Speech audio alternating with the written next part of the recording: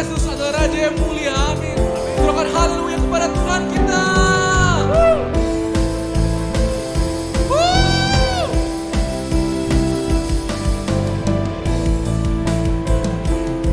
Sama-sama kita katakan. Ajaib Kau Tuhan, agung dan perkasa. Kau sumber kemenanganku, layak berkuasa, pemerintah selamanya. Yesus Kaulah Raja mulia, ajaib Kau Tuhan, agung dan perkasa. Kau sumber kemenanganku, layak berkuasa, pemerintah selamanya. Yesus Kaulah Raja mulia, Raja mulia, Raja mulia.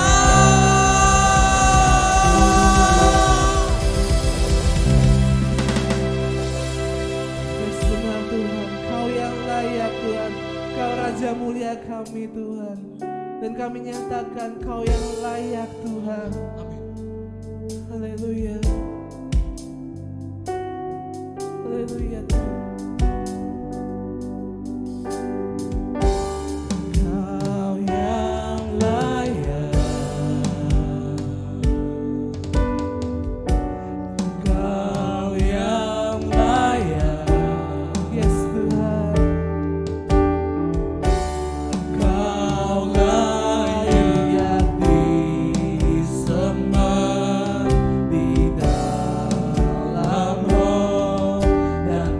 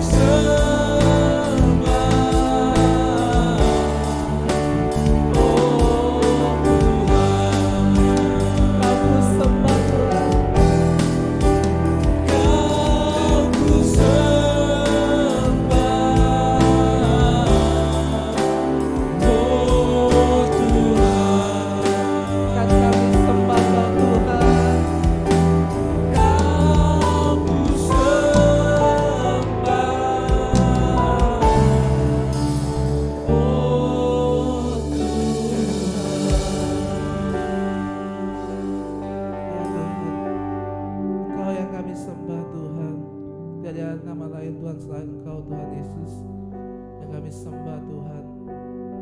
Dari Sabang sampai Merauke Tuhan, biar nama-Mu Tuhan yang dipermuliakan Tuhan, dulu, sekarang, dan selamanya Tuhan. Terima kasih Tuhan, mana betapa ajaibnya kasih-Mu Tuhan. Sebab Kau yang layak disembah Tuhan. Terima kasih Tuhan Yesus. Terima kasih Tuhan buat malam hari ini Tuhan.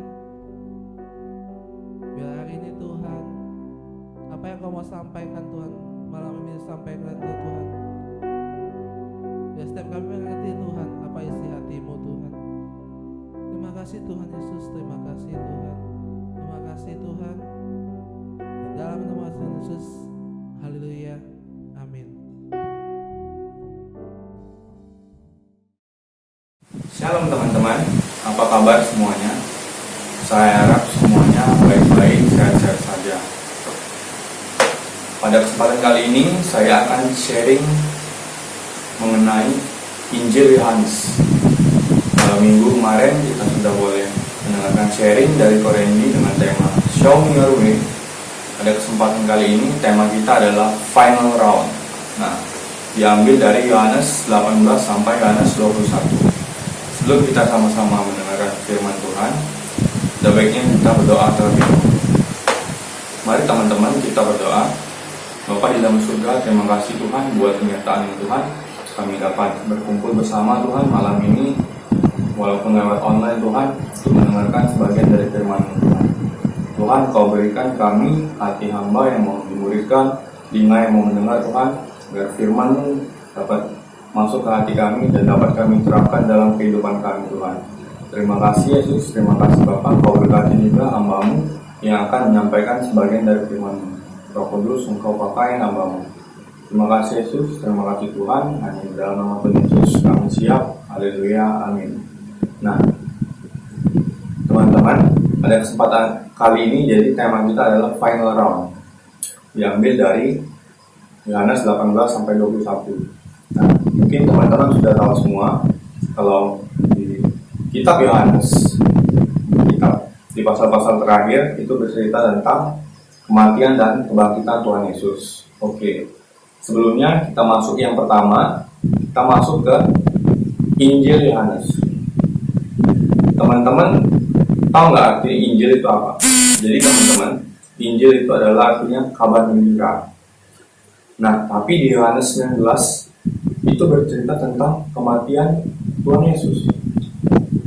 Injil kabar gembira. Nah, tadi pasal 19 bercerita tentang kematian Tuhan Yesus. Nah, kenapa disebut kabar gembira teman-teman? Jadi ada alasannya teman-teman. Jadi kitab Injil itu ada 4, seperti kita tahu teman-teman. Matius, Markus, Lukas, dan Yohanes teman-teman. Dan semuanya itu bercerita tentang perjalanan Tuhan Yesus menjadi umat manusia teman-teman, untuk menebus dosa kita semua. Nah, selanjutnya teman-teman, kita akan bahas mengenai kematian dan kebangkitan Tuhan Yesus teman-teman.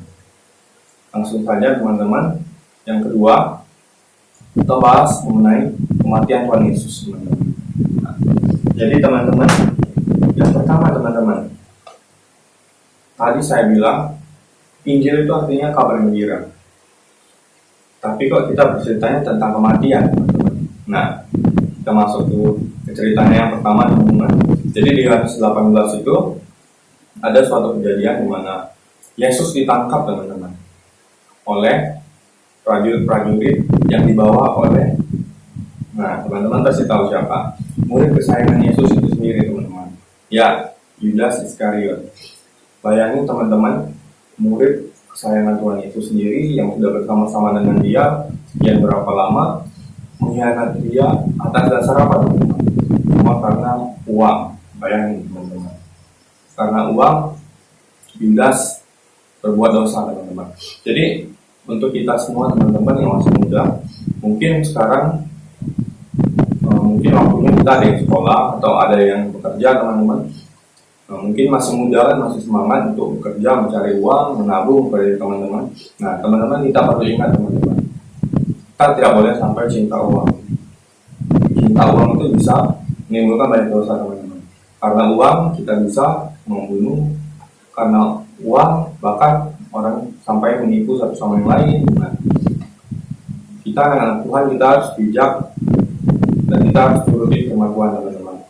Uang memang kita butuhkan, tapi uang bukan segalanya, teman-teman.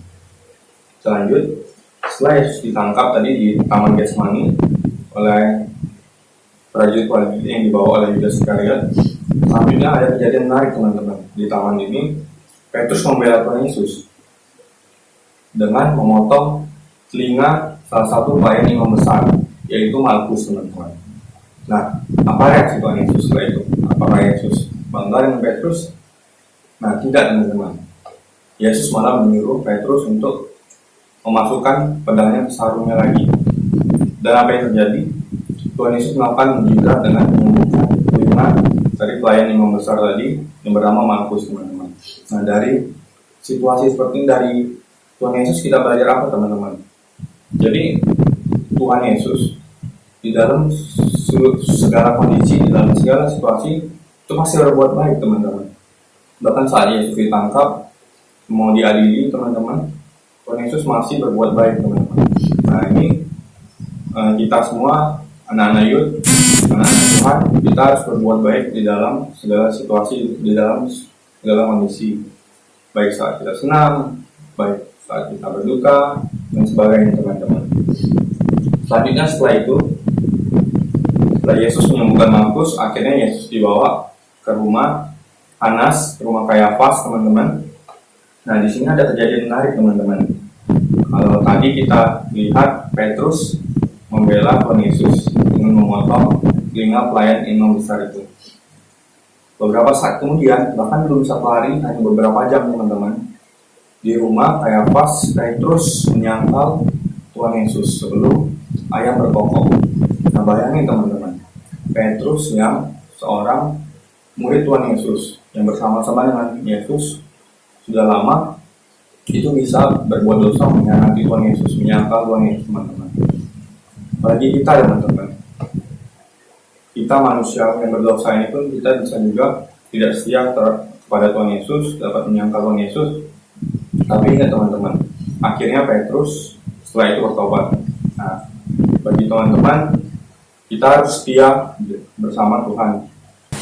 Selanjutnya, Tuhan Yesus dibawa menghadap Pontius Pilatus, teman-teman. Di sini ada kejadian menarik di mana saat Pilatus menanyai Tuhan Yesus sendiri, Pilatus tidak menemukan satu kesalahan pun terhadap Yesus.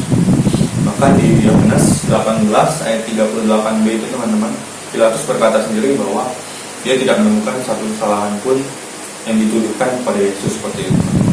Tapi di sini Pilatus dihasut oleh orang-orang Yahudi yang pada dasarnya sudah benci dan tidak suka dengan Tuhan Yesus, teman-teman. Nah, jadi di sini, teman-teman, kalau kita sudah benci dengan seseorang, teman-teman, kita bisa mengabaikan fakta atau mengabaikan kebenaran, teman-teman, seperti itu.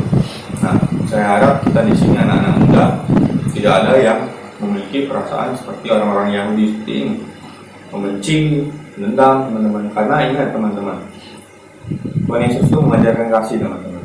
Bahkan kematian Tuhan Yesus ini sendiri itu dasar kasih kepada kita, umat manusia, agar kita bisa hidup kekal bersama Bapa, gitu, teman-teman.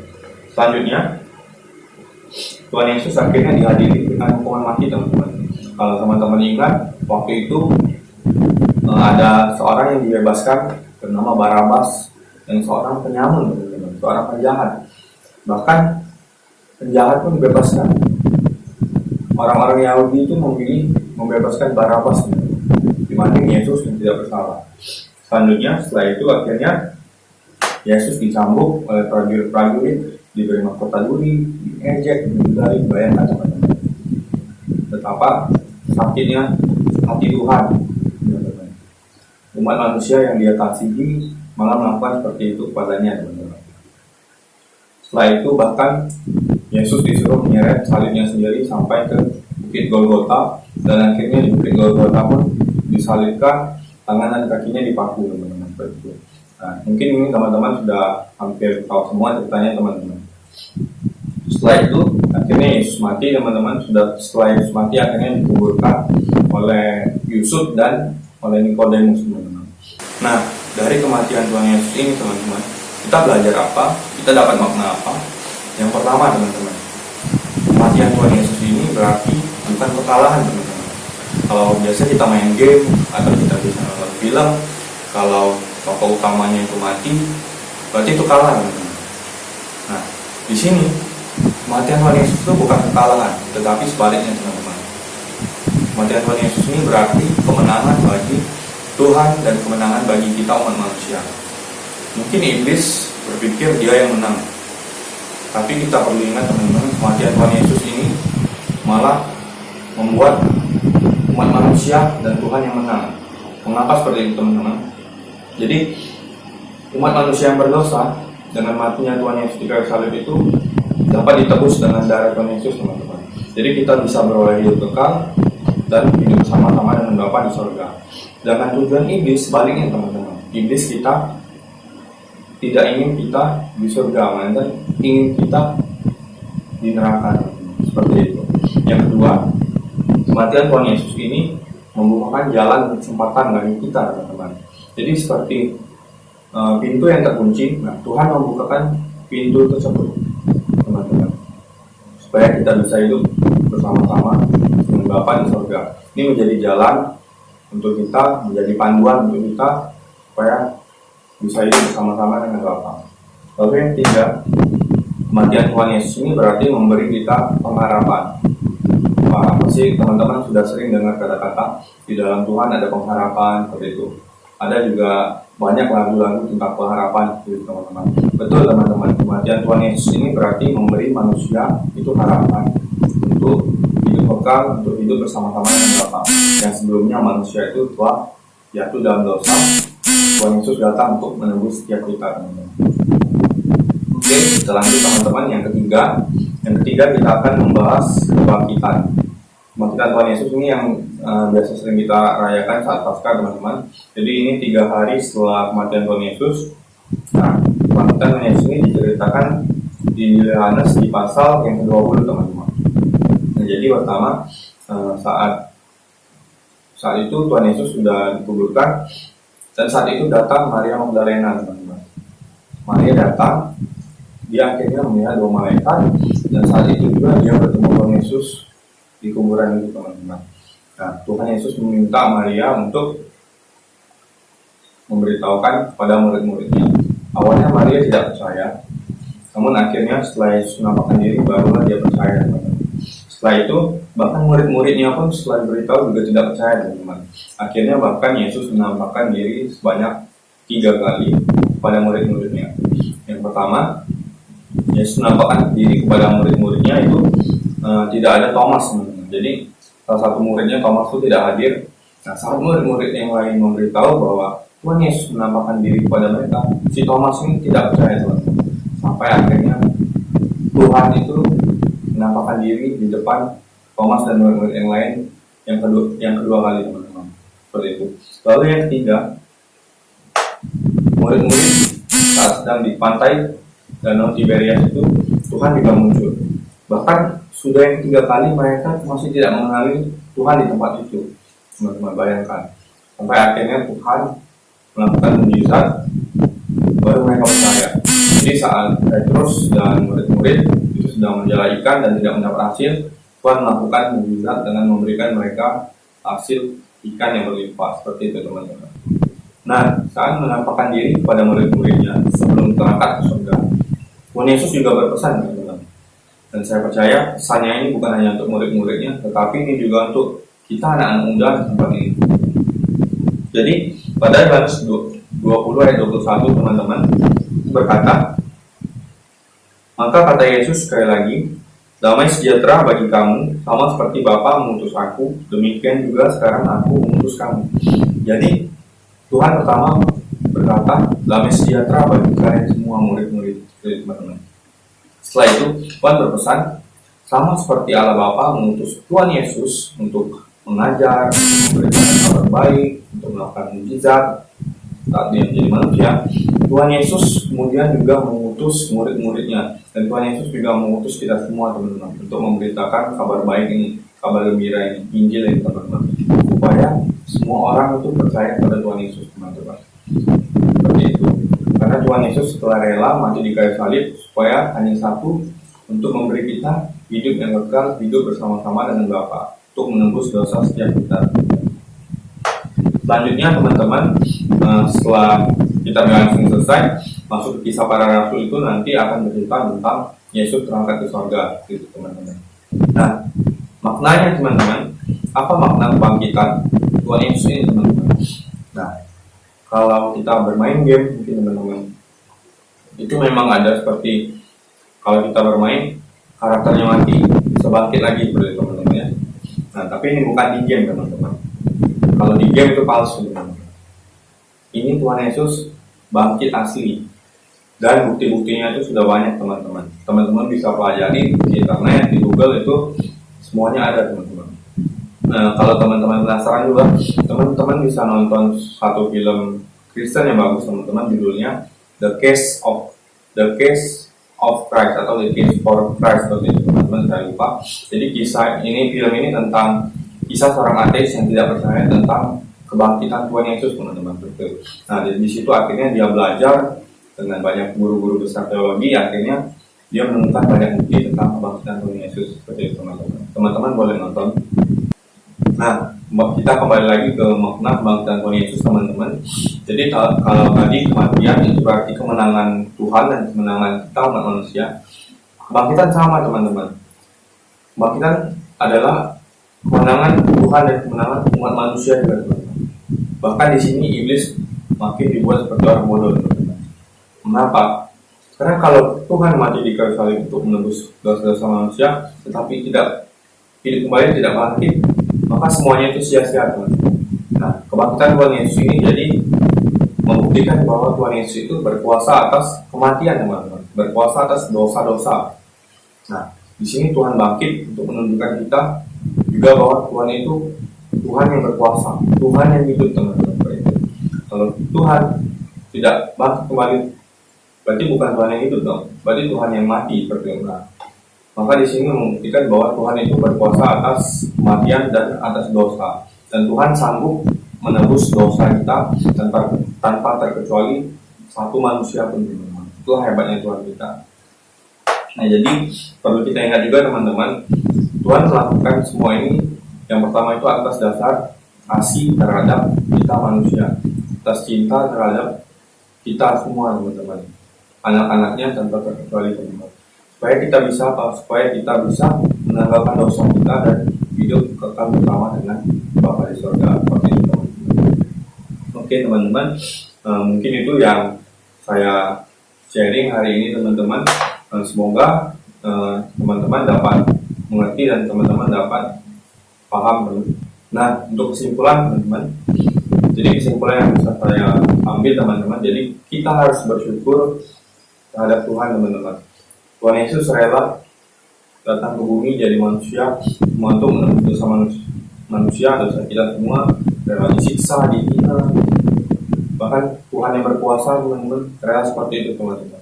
Kita harus manfaatkan kesempatan ini, manfaatkan jalan ini, pintu yang sudah Tuhan Yesus buka tadi, kita harus masuki teman-teman, seperti itu, supaya kita bisa beroleh hidup bersama-sama dengan Bapa di surga teman-teman.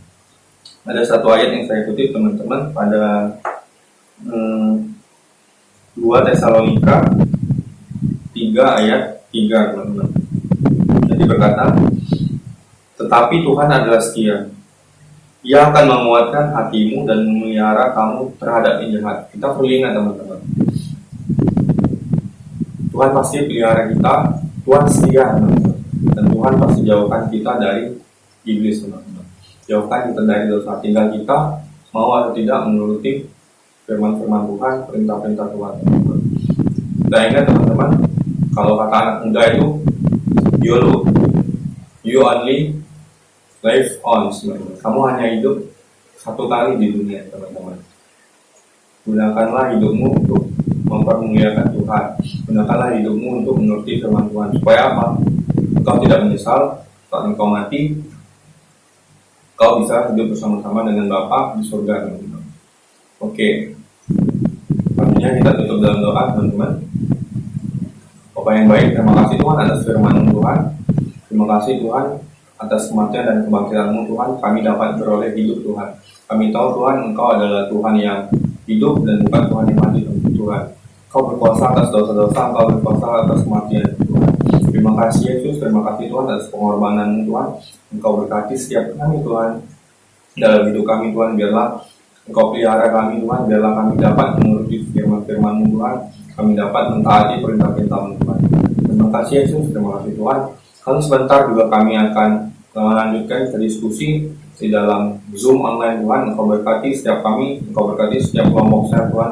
Biarlah Tuhan sharing-sharing yang kami sharingkan Tuhan dapat menumbuhkan iman kami terhadap Engkau Tuhan Yesus. Terima kasih Bapa, terima kasih Yesus. Kami tutup sharing kali ini Tuhan dan di dalam nama Tuhan Yesus Kristus. Haleluya. Amin. Oke, selanjutnya teman-teman silakan join link Zoom yang telah dikirim melalui WA teman-teman. Tuhan Yesus memberkati.